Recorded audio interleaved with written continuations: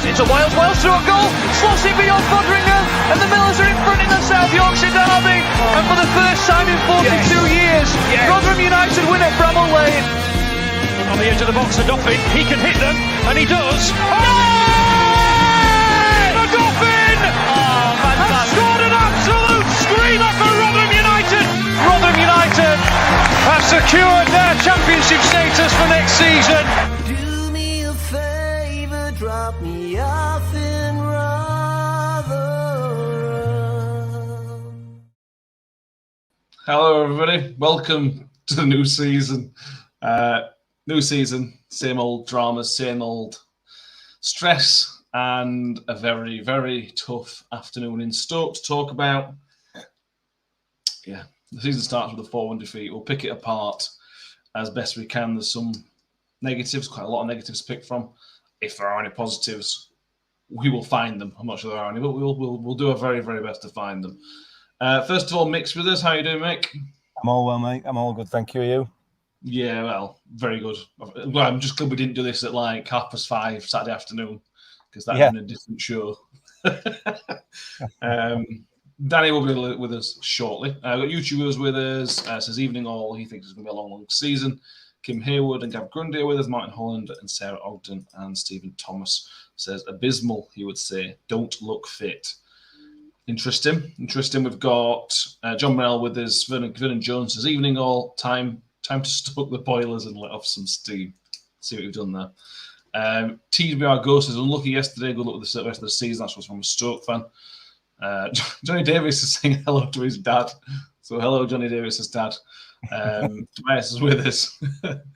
J Boy says can't even think of any positives from Saturday apart from going home. Mick, we all talked about the positivity around the club, around Rotherham United on Thursday. It was whatever it was 4 days ago. It took about 15 minutes for all that positivity to get sucked out of me. I don't know about you, but it was a tough start in terms of performance. Let's say you can ignore the goals if you want to start with, but it was just we were behind, weren't we? Yeah, we're right from minute one.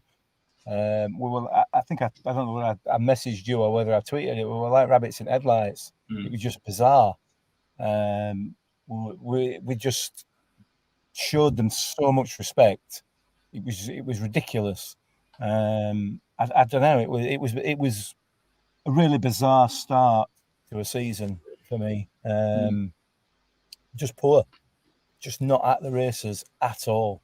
And I can't understand that, for the first game, the opening game of the season, just about all over the pitch, just second best. I know they've got a quality squad. I know they've invested well and bought some decent players, but the difference, the gap in quality that was shown, certainly in that first half, was not down to the way that they've invested. It was down just as much to the way that I'm going to say performed, but the way we didn't perform. Yeah, I agree. Danny is with us. How are you doing, Danny? Hello. Wi-Fi permitting, Danny is with us. How are you doing, Danny?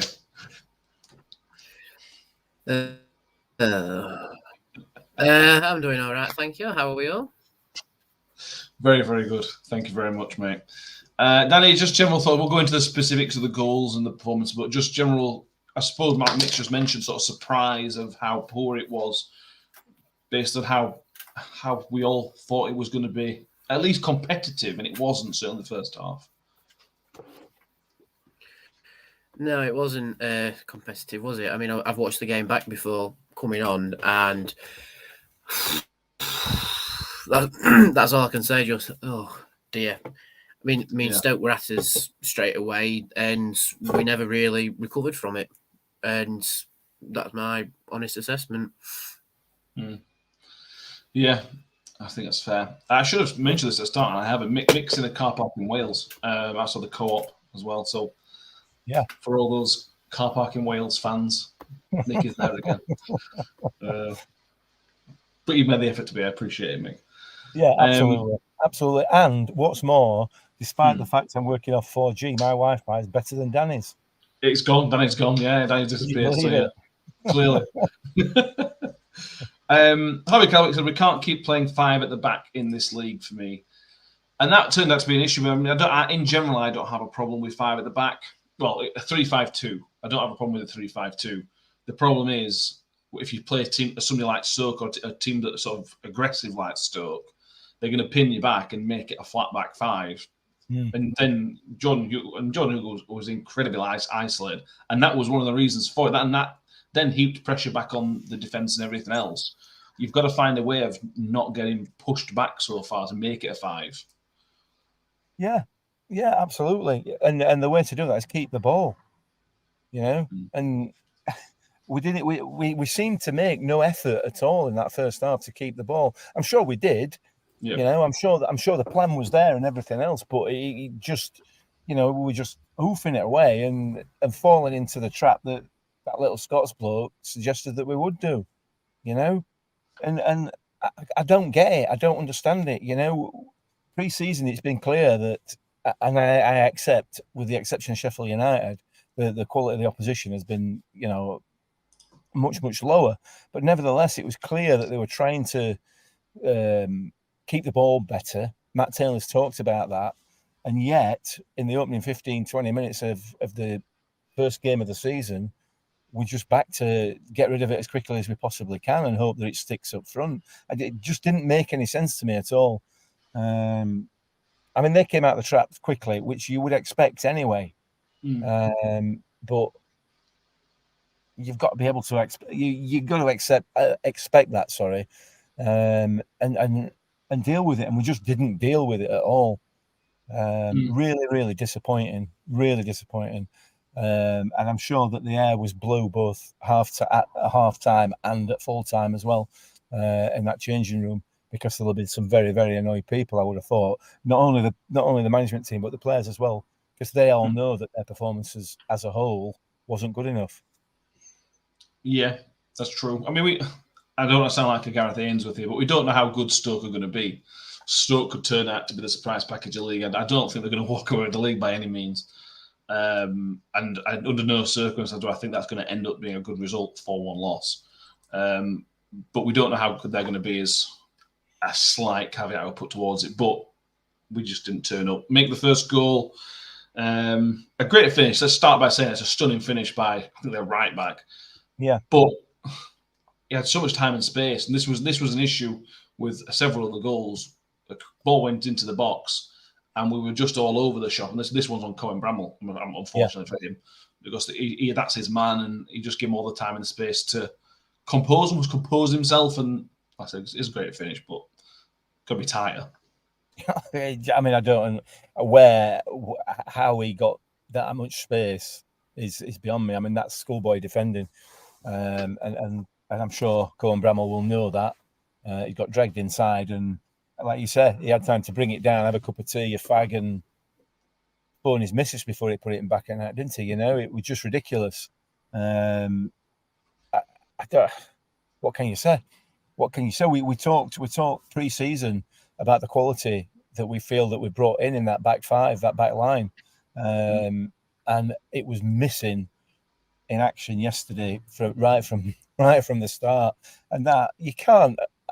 How can you allow a championship player of any quality that amount of time in box? I don't know. I don't get it. But it's happened, isn't it? And let's put it down to a mistake, shall we? Yeah, it would. If it was just one goal, we would. Danny's back with us. Danny, how is the Wi-Fi holding up? I have no idea, if I'm being honest. It might be 5 minutes. I don't know. We'll see how it goes. Danny, how did you see the first goal?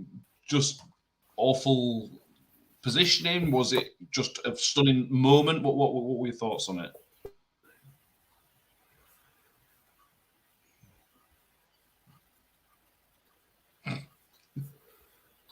It's going well tonight, guys.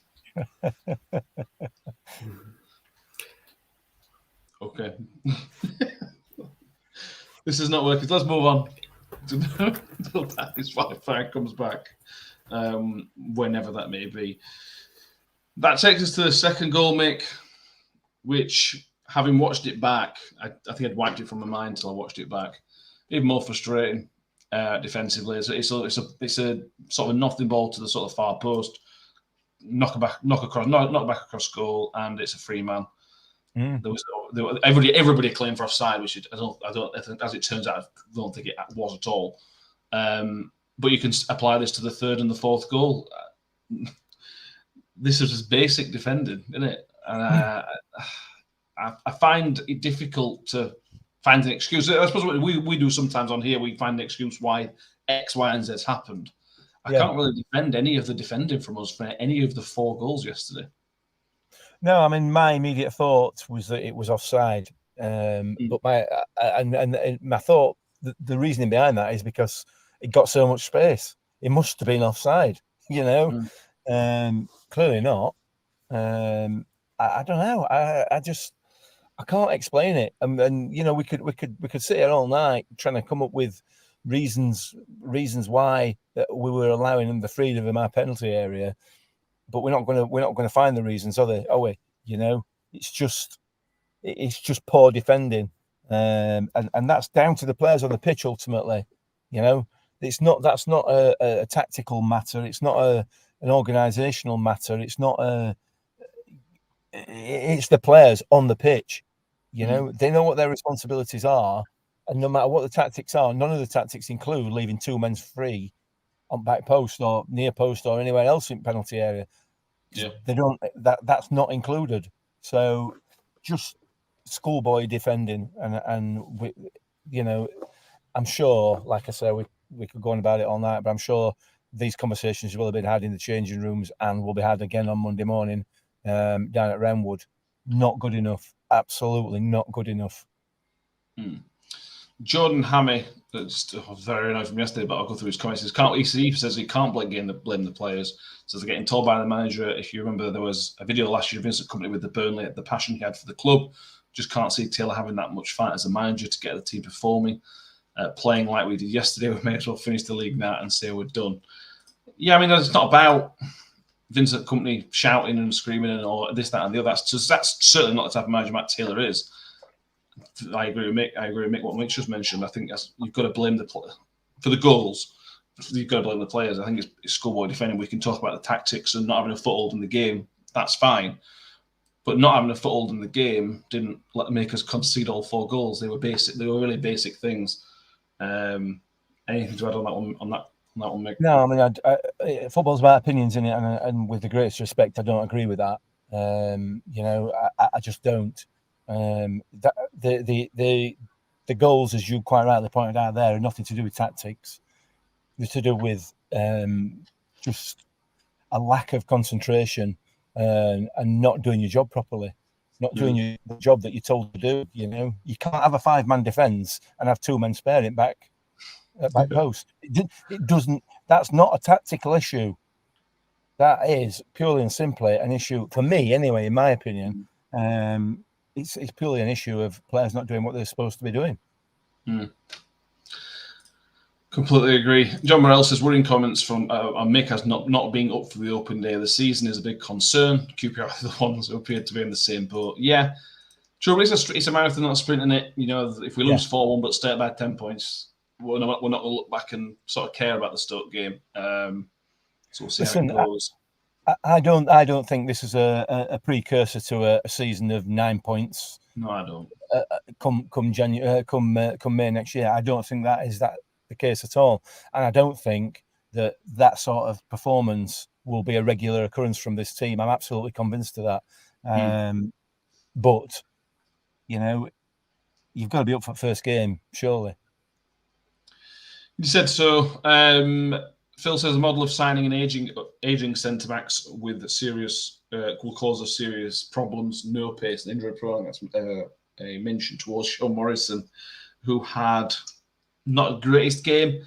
You can we have to put a bit of blame down to him over the goals. He's part of that defence. He meant to marshal out the defence.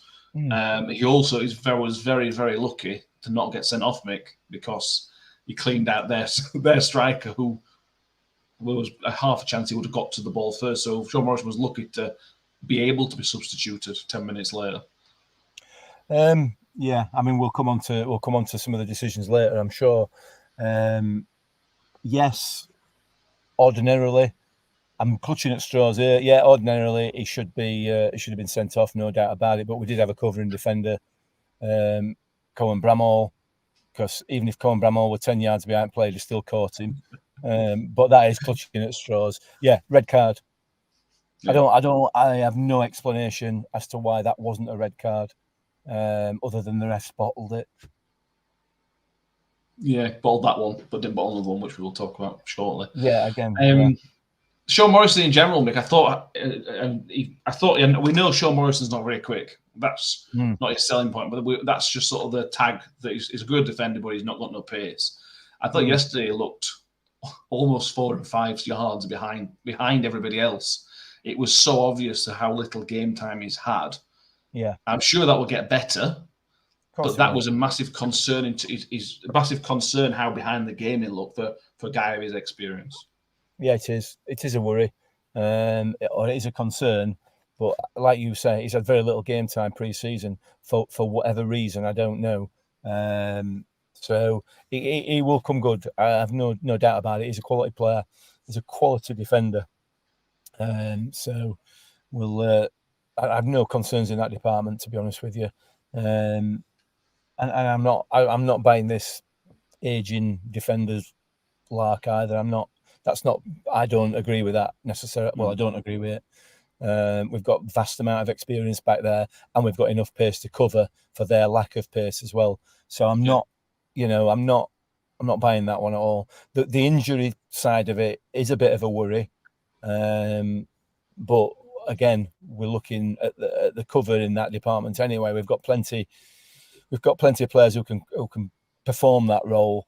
I thought Jamie McCart did really well when he came on. I thought he did well pre-season, and I'm hoping that he's going to stay with us. So we've got enough cover back there. But yeah, I'm not buying this aging defender argument for me anyway. I was going to hold. It's just a strain or just a slight issue with his hamstring. And I think from what Matt Taylor said, I think it was just precautionary. That Grant Hall wasn't involved, so he's the only one. He was the only one missing. I think I'm right to say. I think he's the only centre half missing. Up until yesterday, yeah. Up until yesterday, yeah. So that's. We'll see. I don't know what to say about this defence, to be honest with you. It's a struggle. But anyway, Victor deserves a bit of a mention. This is a slight positive. He pulled off a really good save in the second half. Mm-hmm. Could you fault Victor for any of the goals at all? I think he'll be disappointed he didn't stop the first one. He got a hand to it. And I think he himself will be disappointed he didn't stop it. It would have been a hell of a save had he managed to tip it over the bar. But other than that, now he was just let down, weren't he? He was just let down by the players in front of him, the 10 players in front of him.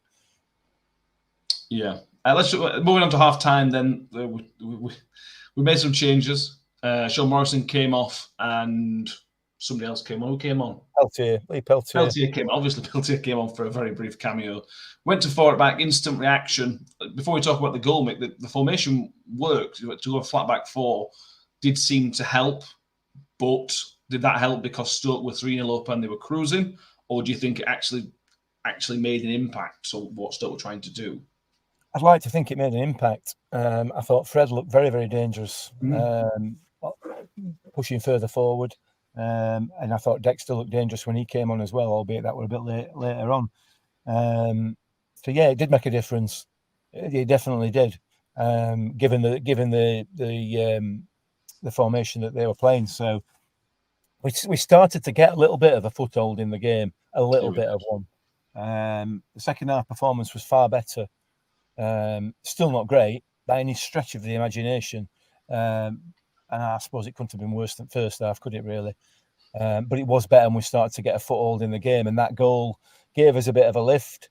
And albeit it was just a scrambled mashup of a goal, weren't it? It weren't hardly anything to write home about, but then nevertheless, ball ended up in back in net. So I thought we started to get a foothold in the game at that point. And whilst I think the chances of us ever getting anything out of the game were slim, there was still something there, I thought. But I'm an optimist and I'm a happy clapper, so I would think that. Yeah, we got the goal. Then there was a bit of momentum. Then Peltier then came off, which meant there was obviously another change, which then took a bit of momentum out of the game for us, which is a shame. I thought Peltier, when he came on, it's almost disappointing that you're having to rely on him to come on. And I'm not trying to dig at Lee Peltier, but it shouldn't be him that comes on to make a difference. That's not the kind of player it should be, if that sort of makes sense. It shouldn't have to be that way. And I know that's day one, and maybe a simplistic thing to say. I don't think it was him that made the difference. I think it was the formation change that made the difference. True, which allowed us to put some pressure on further up the pitch, and allowed us to try and keep the ball a little bit better, which is what we started to do. And as soon as we started to do that, we started to have an impact on the game, and gave them a little bit to think about. Not a lot, but we gave them a little bit to think about. And I think the game would have been very, very different had we done that from the start. And I'm not convinced we would have got anything out of the game even then. However, we would at least give them something to think about. Yeah. That's all you could do. At 3-0 down at half time, that's the aim, really. I mean, we'd all love to get back into a game, but you've got to be realistic. Getting a point was never really on the table. It was just clawing some credibility back, which we did for 10 minutes, to a point. Nicholas Skidmore says, we're poor all over the pitch, no attack and midfield battle, and terrible at the back. Got to remember, though, even last season, away at Stoke, we're very lucky to have not conceded 7. They have got a lot of the ball, and it's a hard place to go, which is true. JB, on your point, makes us you're not buying the Asian defender thing, but 70 minutes into the season, we have an injury crisis. We're in an injury crisis. No, Grant Hall is a minor concern, and Peltier has picked up a calf injury, I think. That's it, though. I think crisis is a bit of a strong word, isn't it? Yeah. We've got an injury. We've got an injury, yeah. Let's move on to the rule changes and how they affected and impacted the game. Before we talk about the big decision, Mick, let's just talk about the minutes and time added on first. I think that's a more accurate place to start. Now, we had a full weekend of it. There's been 4 games on telly, and I think the Queen of the Shield was impacted by it as well. What were your thoughts on the injury times that were added? I was personally absolutely fine with it. I'm a big fan of the rule change, to be honest with you. What are your general thoughts on the time added on? I thought it was pretty fair, really, given the fact that there were 5 goals in the game, 72 bookings, 15 substitutions. Yeah, I think the amount of time that was added on was fine. I don't have an issue with that at all. My issue is what it was added on for. Yes. Yeah, I agree. I've seen a lot of people on social media, not just Rotherham fans, but people unhappy with the time added on. Yeah, we want our minutes in the game, and if this is hopefully going to stop teams wasting time and stop kicking the ball away and things such as that, I think it's one way of tackling it. The other way of tackling it is giving 15 yellow cards in the game rather than the ones that we've already had. John Morrell says on this point, I'm glad these minutes are being added. The stats about how long the ball in play was in last season are shocking. Yeah. I think they used the Sheffield Wednesday game as an example on Friday. The ball was in play for 10 minutes longer than the average last season. So it's instantly having an impact. We're getting more football. I don't really understand the complaints because we're going to a football game to watch some football and we're now getting more football and people are unhappy that it's lasting so long. I don't understand the complaints. I've seen people's reasoning for it, but you play the minutes. You play the minutes. Given the fact that the ball was in play, I think they quoted 66 minutes for that Piggy game. So what happened to the other 24 then? Well, exactly. So we're still not getting a full game anyway. If we're going to do this, let's do it. If we're not going to do it, let's not play at it. But we're just going to play at it, aren't we? Yeah, we are. We're just going to have a token gesture about making players, making us play for the allotted time. So it's pointless. It's pointless. I agree with it. I'm not, like I say, I don't have an issue with it. I think it's good that time wasting, gamesmanship, cheating essentially is what it is half of the time. Not all of the time, but a lot of the time. That it's addressed. I have no issue with that. But again, it's a bit of a halfway house, isn't it? It's a bit of a half-hearted effort at addressing the fact that a game lasts 90 minutes, but we only see 66 minutes, and we're happy with that. No. John Morrell, 66 minutes is better than 50 stop molding. Of course it is, John. Yeah, it is, absolutely. And I'm not going to argue with that. Step forward. I think it's what it is, which is what all we can ask for. And consistency as well. And for the most part of the games I've seen, there has been consistency, a reasonable amount of consistency in terms of it being added in all different types of games. I prefer this way of doing it than giving 15 yellow cards out for slow throw-ins, because as we're going to talk about in a second, if you give so many bookings out, people are going to get unfairly suspended for future games. So I think adding time on is a much better way of doing it than punishing the players and the fans who go to watch these games. That's why I think it's better than any other method, any other way that I've seen suggested. Moving on to yellow cards. The Cafu sending off, Mick. 2 yellow cards. Could you justify the second one being a foul, never mind a yellow card? No. Simple as that, no. I mean, yeah, the first one, definitely yellow. No issue with that whatsoever. Definitely a yellow card. I have no problem with that whatsoever. Second one, I have absolutely no idea. I have no idea at all. There are 2 schools of thought, aren't there, at the moment, as to why that second yellow card was given. The one is for the alleged foul, which wasn't a foul, and nobody is going to convince me otherwise. It was not a foul. Or did he get booked for picking the ball up afterwards? Delaying the start of the restart. Think of that. I don't think it would have been, though. Either way, it's completely baffled me. I utterly baffled as to why the free kick was given in the first place, let alone booking. And I've watched it and watched it and watched it and watched it. There's 3 or 4 different angles you can watch it from, one of which is similar to the one that the referee was watching it from, only a little bit further away. There is no foul. It's not even, never mind a yellow card, there is no foul. And I've seen a few people saying, well, he shouldn't have gone to ground. That's absolute nonsense, in my view. Again, I'm only giving you my opinion. It's absolute nonsense. Are we saying that you can't go to ground and tackle anybody? The only reason he shouldn't have gone to ground is because he got a yellow card for it. Hindsight's wonderful. It was a fantastic tackle. He won the ball, fair and square. It is not a foul. End of story. Whether he's on the ground or anywhere else, in my view, it is not a foul. So, I mean, there's no we can go on all night, but again, we're only going to be saying the same things. The referee got it wrong. He did, yeah. Nicholas Gamot, it was hardly a foul, never mind a yellow. Steve Thomas says he got the ball. Just on this one, Powerman says if you win the ball, it's not a foul. There are circumstances where if you win the ball, it's irrelevant. You can endanger the player and it can still be a foul. And even a red card if you win the ball. But this was one of those where I don't think the player was ever in danger. If he's in danger of the player, it's a red card. Straight red, exactly. Not yellow. Yeah. It's bizarre. It genuinely is a bizarre decision. It is, and we've got to be careful because I think we saw obviously more yellow cards. We've seen more yellow cards this weekend, and for the most part, I'm a fan of it. For example, Colin Bramwell got booked yesterday because he kicked the ball away.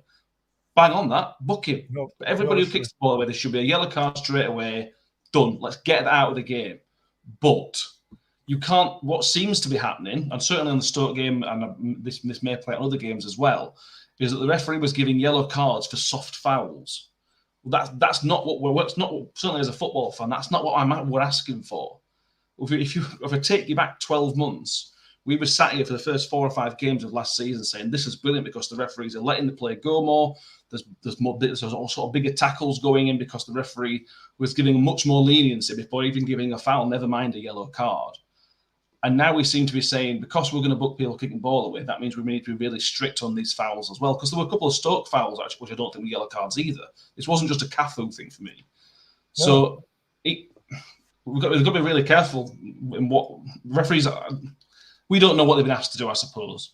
But what I would say as a football fan is that is not what we're asking. We're not asking for that to be a yellow card. And I think their captain got booked, which I don't think was a booking.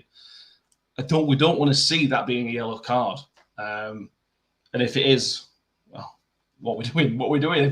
If that's a second yellow, what are we going to be doing for the rest of the season? Because there'll be nobody left on pitch in some games, will there?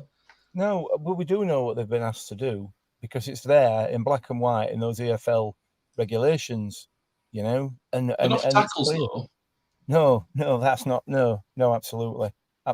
I mean, Adoffin got booked in the first half for winning the ball, fair and square. You know, it's just, but the Stoke player went down clutching his leg, screaming. So the referee gave the free kick and booked him, despite the fact he won the ball cleanly. Yeah.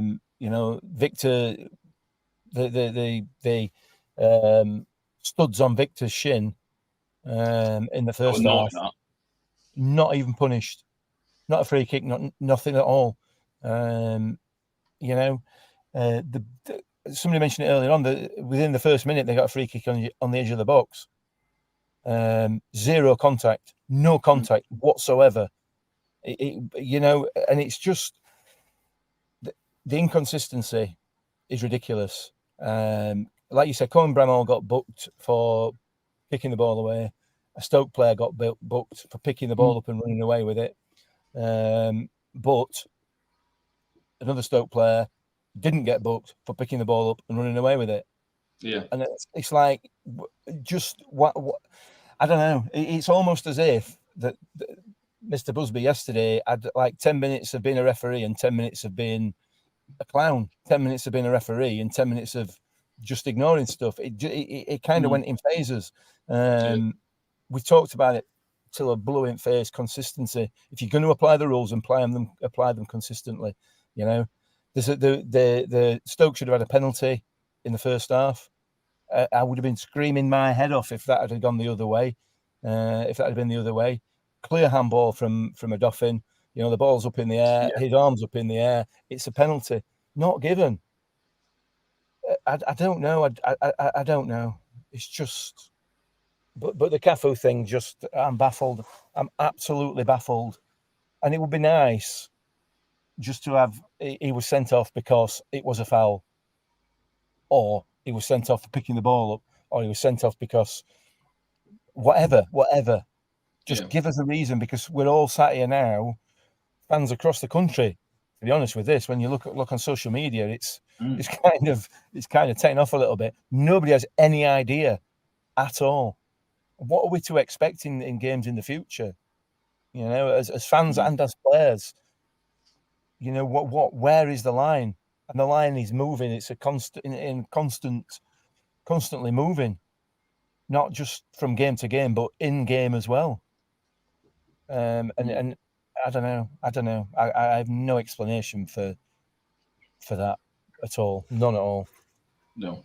Yeah, there was so many soft yellow cards in terms of fouls that I didn't like in the Stoke game yesterday for both teams. Again, this is not Rotherham were hard done by. We weren't hard done by the Cafu decision. There were so many fouls given, yellow cards given for nothing fouls.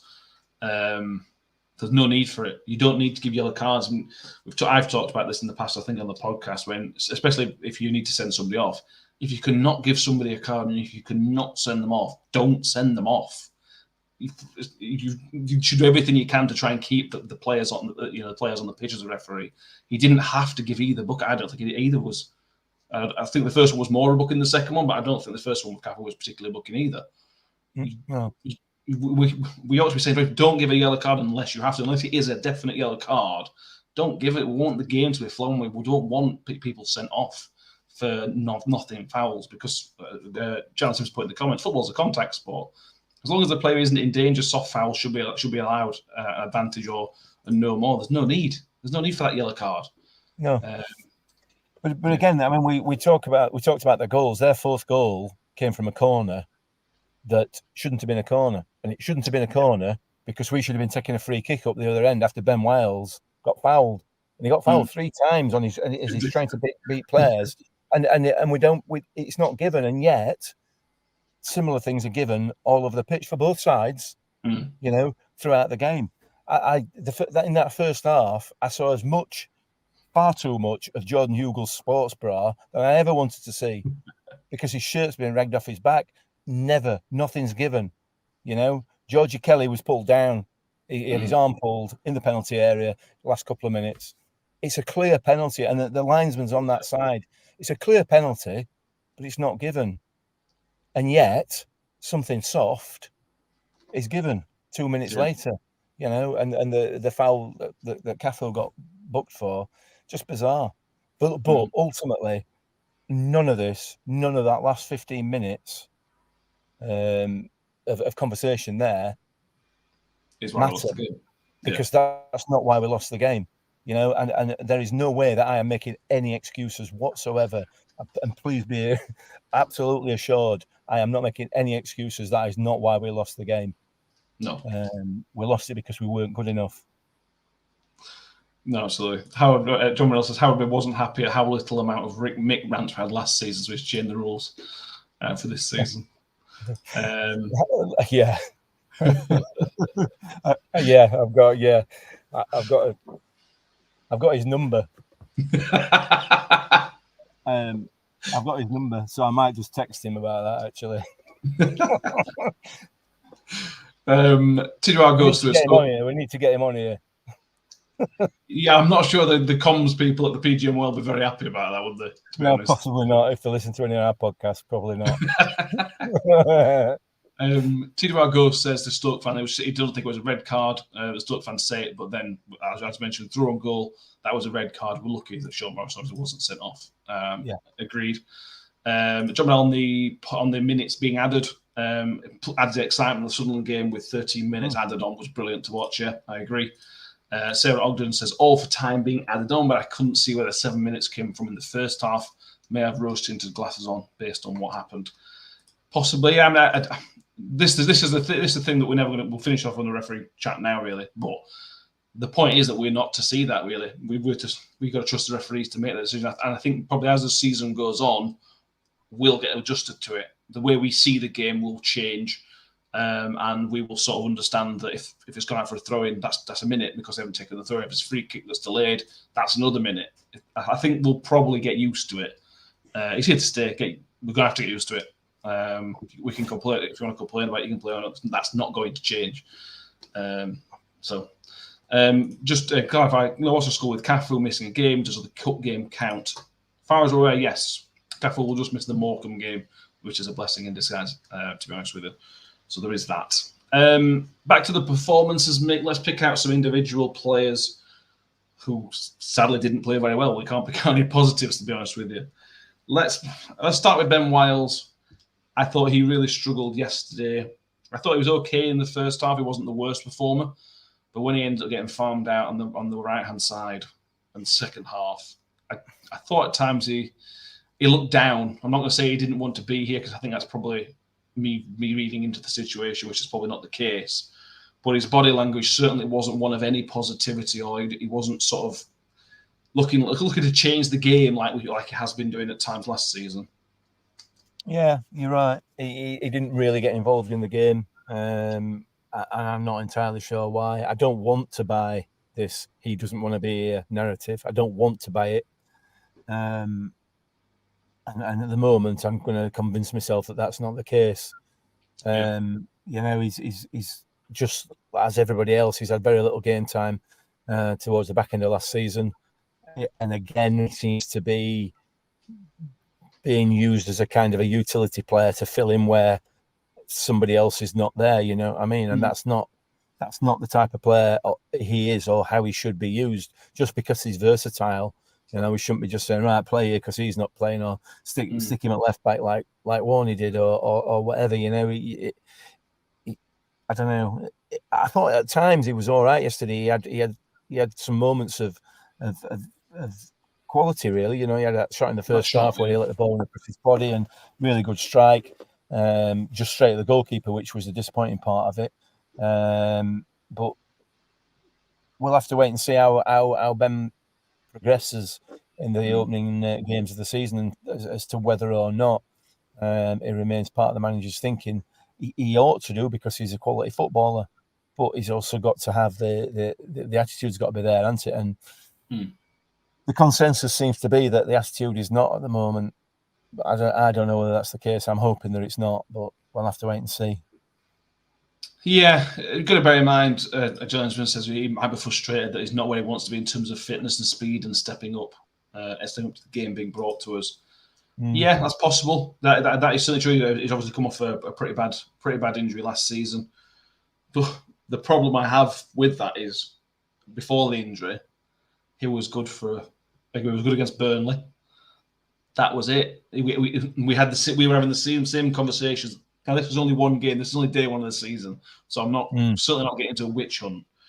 But we were having similar conversations at the start of last season with Ben Wiles, that he doesn't. The body language is an issue, and he wasn't impacting it at all at last season at times. And we might have been harsh singling him out on Saturday because everybody was poor, mate. But there's something popping up again. Yeah, I think it's harsh to single him out on Saturday. Personally, that's my view. I think it's harsh to single any one person out. True. I think it was just overall a really poor team performance. I'm not buying it at the moment, in my view, but that might be a little bit of I don't know what the word is, nostalgia, loyalty. Yeah, I'll give you that one. Yeah. Nicholas Skidmore says he said he wants to sign a new contract if a decent offer, hasn't he? So I'm sure that means he wants to be here. You'd hope so. To you, play devil's advocate, how many times you've seen players at other football clubs saying, "I'm really happy here, X, Y, and Z," and then a month later they pack the bags off to somewhere else. So yeah, I would take what's said in interviews with a pinch of salt, because he can't exactly say, "No, I'd prefer to have gone to Burnley last year." He can't come out and say that. So I'll always take player interviews with a pinch of salt, personally. I don't know whether we'd be having this conversation if Ben Wiles weren't a Rotherham lad. There is that as well. There's extra pressure with that, isn't there? Yeah, there is. I think that absolutely there is, and I think that's why you see the difference in Paul Warne. Now he's managing somewhere where it's not his club, if you like, and I suspect that, like you said, there was the added pressure on him when he was managing Rotherham United, and I think there's added pressure on Ben Wiles because he's a Rotherham United product, isn't he? It's his club, it's his town, so. There is that pressure as well, but nevertheless, you still got to be able to do it when you put that red and white shirt on. Yeah, absolutely. Stephen Thomas says the passing was non-existent regarding finding a player. Yeah, that was a midfield issue for me. I thought we mentioned Ben Wiles. I thought Odoffin was unrecognisable from the player that played for us last season. To be honest with you, I was really surprised at Odoffin's performance.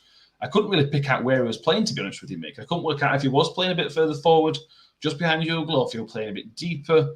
It was all a bit of all over the shop from Odoffin yesterday. I couldn't really work out what the problem was with him, and I thought Rathbone was off it as well, to be honest. Yeah, I thought Ollie was off it. I think you're right. I think the issue, and I thought Cafu was off it for the first 20, 25 minutes. He wasn't involved in the game at all.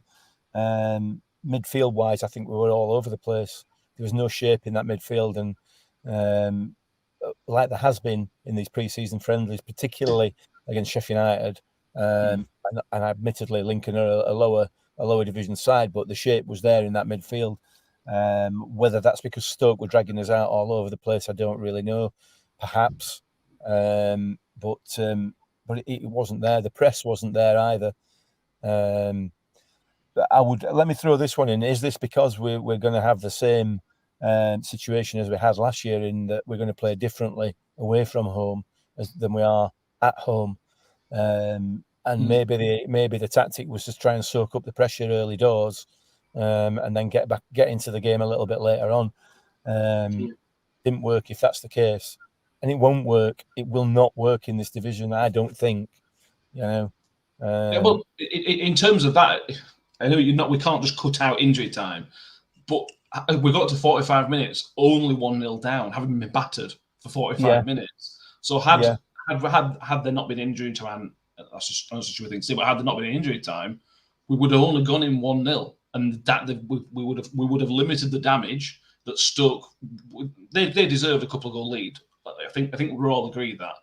So, but if we'd have been able to get in at 1-0, make that change that we needed to do with Sean Morris coming off or whatever else, then the plan may have worked. But those two sloppy moments in injury time is what's killed the game, isn't it? Yeah, definitely. That killed it, and that was again down to us. It's not down to injury time or anything else, like you say. It's down to our sloppy defending. So yeah. Parad says on Rathbone says sign a new deal. Well, that hasn't happened yet. Take that as lip service. Rathbone does have 2 years left. There's no rush with that one particular. It's worth mentioning. John Morell says on Ben Wiles that we should have sold him as the neutral in the room from the odd game last season. It seems to be a recurring subject. We're talking about Ben Wiles, sadly. IFC, where is Bramwell's position? It's so obvious that he's not a left back and cannot defend to save his life, and at the same time, Bramwell can't cross. So where does he actually play? Yeah, I mean, having picked him out as a breakout player this season, Nick not got off to the best start, Bramwell, because similarly to Odoffin yesterday, obviously in a different position, I thought Odoffin was completely Bramwell was in no man's land for just about every part of the game. Especially with his pace, I expect him to get in good positions defensively. And yesterday, he just looked lost. Yeah, he did. And he has these games, doesn't he? He does, I don't necessarily agree with the fact that he can't defend. In my view, I think he can put a tackle in with the best of them, and he can get himself. His pace gets him out of a lot of trouble as well, because if he's pushed too far up, I think he has the potential to be a quality wing back, but he has still got some work to do. That's my view. But yeah, he had a bad game, and he does have bad games, and he has too many, unfortunately, for a player of his experience. So, but again, he's going to have a game. He'll have a few games this season, without a doubt, where he's a star performer, like he was at Burnley last season, and in other games as well. So, we're not in the market to be buying left wing backs, right wing backs, or any other position of players where they're going to have consistently 46 quality games. It's just not, we don't do it, with the exception of Victor. Hopefully we hold on to him by the end of this month. So, and Cam Humphries as well, obviously. So, yeah. Yeah, the less clear an issue, because nearly all the goals came from the left-hand side. The last one's a corner, but they're all. Anyway, let's move on. I want to defend a little bit Jordan Hugill. Jordan Hugel's coming for a bit of stick, as I think he does. I don't think he played well. I'm not going to sit here and say that Jordan Hugill had a very good game. What I will say is I don't know what you expected from him. With the way that the rest of the team played, what was he meant to do? He got ragged around a bit, as you mentioned, a bit ago, mate. He got ragged around left, right, and centre from Stoke. No protection from the referee, other than I think one foul in the first half. If you're going to play like that, what's Jordan Hugill meant to do? I felt really sorry for him a couple of times last season where I felt sorry for him because he's just fighting a losing battle, completely fighting a losing battle. Yeah, he's completely outnumbered, and all he's getting is high balls up to him in the hope that he can hold it up a little bit. He's got nothing. He's got no to come. I can't understand why he's got some stick. That's a bit bizarre for me. But he had no opportunities. He had the one opportunity, I think, where he tried to lock the keeper and send it, didn't he? But other than that, I think probably with hindsight, he could have taken that on a little bit further. But he's gone for it, and yeah. No, I have no issue with that yesterday, but he does need somebody else up there with him. Yeah, and that's the thing with playing wing backs, that you isolate. If you play 4-3-3 like we did last season, it helps get people around him. play Yeah, 3-5-1-1, which is essentially what we did. yeah. He's got nobody around him at all. No, absolutely. Power says needs support top. Kelly didn't do any better. He certainly didn't do any better. No, it was only having one striker with supporting midfield players, which was the issue. Yeah, absolutely. One of the few players, like Fred Onyedimna, had an okay debut, Mick. He's got something about him. I'm not sure playing wing backs is his best role, to be honest with you. But I saw enough to be positive going forward. Yeah, definitely. He looked a danger, didn't he? Going forward, particularly in that when we went to a back four. So yeah, I like the look of him. I do like the look of him, and I like the look of Dexter when he came on as well. Yeah, he had no qualms about getting stuck in.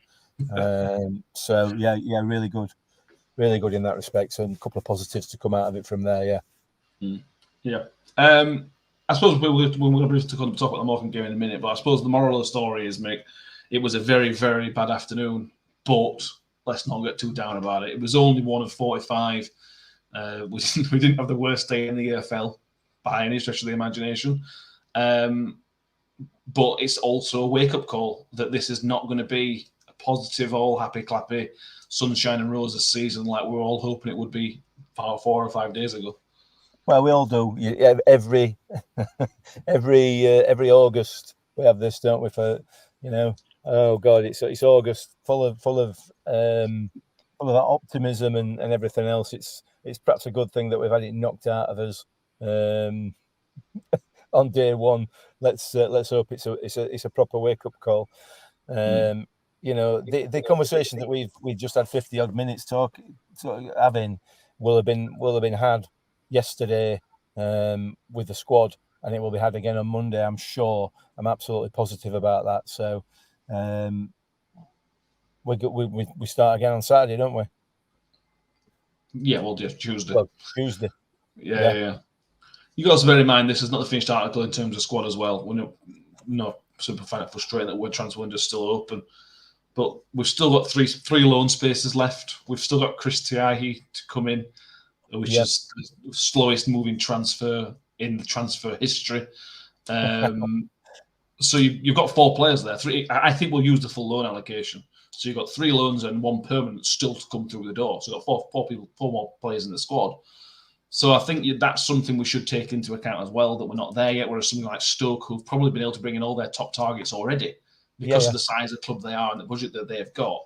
They're almost probably the finished article in terms of transfer business. We're worth 4 or 5 short in terms of our transfer business.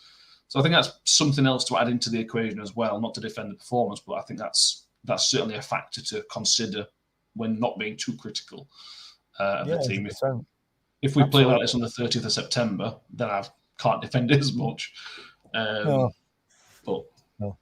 There will be more changes, like you rightly say. There will be more changes to the squad before the end of this month. Maybe there'll be some going out. Maybe there'll be some. Well, there'll certainly be some coming in.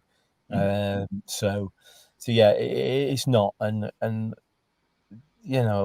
for God's sake, if you're a Rotherham fan writing us off already, please don't try and have a little bit of common sense and recognise that is 1 game out of 46, and the other 45 is still to come. You know, it's just madness if you open your eyes a little bit and look further than end of your nose. but come on. I agree. Yeah. There's no point. But that's football, isn't it? Yeah. Unless you're a QPR fan, then I understand your situation. Yeah, but the issue there is different at the moment, isn't it, for QPR? And I genuinely, don't think anybody, any right-minded football fan believes that situation will be allowed to continue much longer. So we'll see, but he ain't keeping that job, is he? No, I don't know. We'll look into his contract length. Yeah. Joe, on the Birmingham side, I think just to put the neutral thing in, they still need 4 more players in theirs, and after a new keeper, you can't have ours for reasons that I've let John know. But yeah, can't have Victor. Moving forward, Mick, between now and Tuesday, I'm assuming there's going to be no transfer business unless somehow he gets signed, which would be a blessing, an absolute blessing if he gets signed and get 90 minutes of his belt Tuesday. But let's assume he's not. How important is Tuesday? We know the cup itself is not really that important because the prize money of the Carabao Cup is minimal. It's not really worth it. It's not like the FA Cup where you get a few $100,000. It's tens of thousands of the Carabao Cup. So it's not massively important from that sense. But having just had the performance we've had, how important is the game itself to not lose again 1 or 2 to a League Two team? Yeah, it's one of them, isn't it? It's really important that we don't lose. But in terms of the season itself, it wouldn't be a bad thing if we lost. You know, we don't really want to be having extra games given the size of the squad that we've got. So it's you're damned if you do, damned if you don't in this in that competition, aren't you? We need. I mean, given also the fact that the team that play on Tuesday night against Morecambe will be unrecognisable to the one that played on Saturday and the one that plays next Saturday. I would will it argue. though? Because we ain't got a big enough squad to change it that much. I think it will. Yeah, I think there'll be very few starters from Saturday in the opening lineup on Tuesday night. I would have thought, unless Matt Taylor, feels that it's another game, it's a proper competitive game that we can try and get some minutes into some of these players and drill into them what's expected of them. Who knows? We'll have to wait and see. I think, and echo John Well, if you were manager, was sticking most of the starting 11 back out the door and say put it right, I would change Victor. I wouldn't keep Victor. There's no point risking him for that kind of game, and it'd be nice for Phillips to get some minutes as well. So I think that would be a straight swap. Well, I mean, and given the fact that he may well be carrying an injury from Saturday, given the way he went down, after that challenge. He might need a rest, arguably. Yeah. Interesting to see if Sean Morrison can play. He's played 45 minutes. Can he play 45 minutes Saturday, an hour Tuesday, and then another 90 minutes on the Saturday? Those minutes have got to be managed, so we don't know whether that's going to be possible for Sean Morrison to play. Will Grant Hall be available? Obviously, we don't know about that. Why have these Sean Morrison's minutes got to be managed? I mean, I understand. I know what Matt Taylor said, that he wasn't going to be playing the full 90 on Saturday. But my reading of him saying that was because of the yellow card rather than because of an injury. Yeah, I just mean in general. I'm just using the Richard Wood handbook that a guy who's just come off a series who can't play 270 whatever minutes in a week. Yeah. All right, I'll take that. If Grant Hall's fit, you'd want to give Grant Hall some minutes, some competitive minutes. Midfield lottery, I would certainly be playing Ben Wiles because you've got to play him, try and play him into some form. I don't suspect you're going to manage his minutes. I think the injury was just an impact injury. I don't think there's any issues with that. So you've just got to try and play him. And if it were me, I would say, right, your best position is X. You are playing there because it's a cup game. It's Morecambe. I am going to play you as a number 10. Even if things go really, really badly, I'm not moving you because I want you to sort of move forward. That's the attitude I would take with Ben Wiles. But what do I know? I'm just, some divvy who does a podcast, so you know what I mean. Nicholas Skidmore with this one. Kelly or JJ or Eves close to half a game. Again, Nick, with Jordan Hugo, I'd be tempted just to play him again, just to try and get him some positive action. Yeah, definitely. And of course, Andre Green's signed now as well. We're not sure about the extent of his injury. I think my understanding was it was a precaution on Saturday rather than anything else. So let's wait and see. But I think probably will be a much changed squad. But I fully accept the arguments that have been given for it not to be, and I can definitely see the merit of that. Yeah. A few more comments to mention. Nicholas Moore says it was a positive that JJ came on. Yeah, it is absolutely really good to see JJ back on the pitch. Hopefully he gets I can't see him spend the season with us, but I hope whichever loan he gets, I hope it's a real positive for him so he can move forward. We all like JJ. We all want him to do well and have a good career no matter what. I agree 100%. But I hate to say it, but I thought he was poor when he came on. I don't think he impacted the game at all. I think No. he got involved in it, so a bit disappointed with that. But he's been out for a long time, and he's not played at this level, So I'm not. That's not a criticism. It's just, it's just an observation, really. Yeah. Kim says JJ needs minutes, sticking with Hugel maybe. Yeah, give Hugel a partner. And then JJ will be able to learn off Hugel as well, because I think they could end up being similar type players, to be honest with JJ's physicality. Yeah. On our predictions, none of us got it right because we all went positive. Me and Dan went 1-0 to us. Mick went 1-1. So the first week of predictions has been a disaster.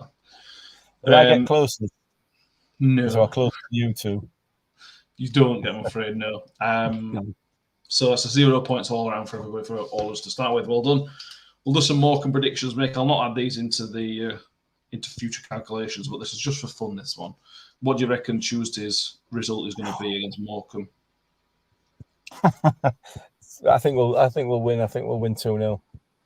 2-0, like it. But I don't care whether we win or lose, frankly, as long as we can get a performance in there. You hate this competition. You don't hate this competition, but you don't like it, do you? Not when we're at this level. No, the league is far more important to us, for me anyway. Just I go 1-0. I think it's going to be a dreadful, boring 1-0. Did we lose 1-0 to them last season or 2-1? I can't remember. I think we lost 1-0, didn't we? Yeah, I suspect it's something similar, but I think we'll maybe on positive hope for this time. IFC 19, less positive. Things will be 2-0 to Morecambe. John Brunel says Morecambe on pens. Nicholas Skidmore says 3-0. Lovely 3-0 victory. Although, again, it won't be too much to take into Saturday. It would be nice to just take something. It's a bit of positivity. And you never know. Might get one of the big boys in the second round. Sorry, should we make it? Should we make it through? Matt Squire says 3-0. Stephen Adams says, one positive for Mick. It was a nice sunset tonight over Penmon. Yes, it was. Yes. Very beautiful. Great. It was lovely in Swinton as well.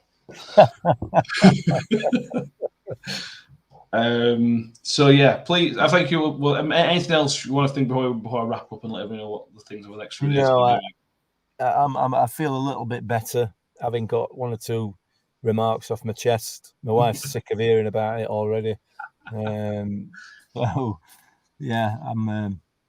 feel a little bit better, but not much given the performance. No, same here.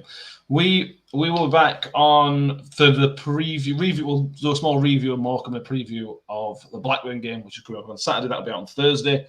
Me and Danny will be going to the Morecambe game, so we'll probably do a post-match reaction, instant reaction, which we'll put up on YouTube. So make sure you've subscribed to the YouTube channel. And we've also got a Blackburn fan lined up, so the scouting report will be up on Friday. That's great numbers from everybody. So thank you for watching the Stoke scouting report. I hope you enjoyed it, because that was one of our better performing videos. Thank you for everybody who did that and subscribed so far. We're creeping up to 1,200 subscribers.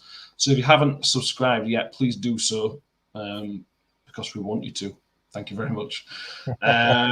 If you're on iTunes and Spotify, again, make sure you've subscribed. If you're not on iTunes and Spotify, go over and subscribe and download it for us, because that would be a massive help for us as well.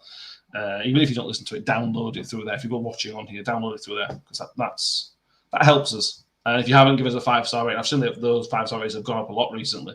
Please do give us a 5-star rating if you haven't done already, to let everybody know that you think it's good. If you want to give it a 1-star rating, please don't. Keep that to yourself. We only accept 5 stars. Mick, thank you very much for being with us tonight, and go and enjoy your court-bought beer. Yes. Correct.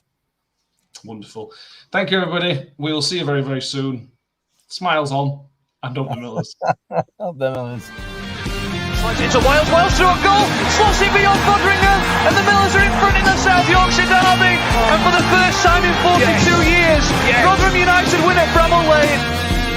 On the edge of the box, the Dauphin, he can hit them, and he does.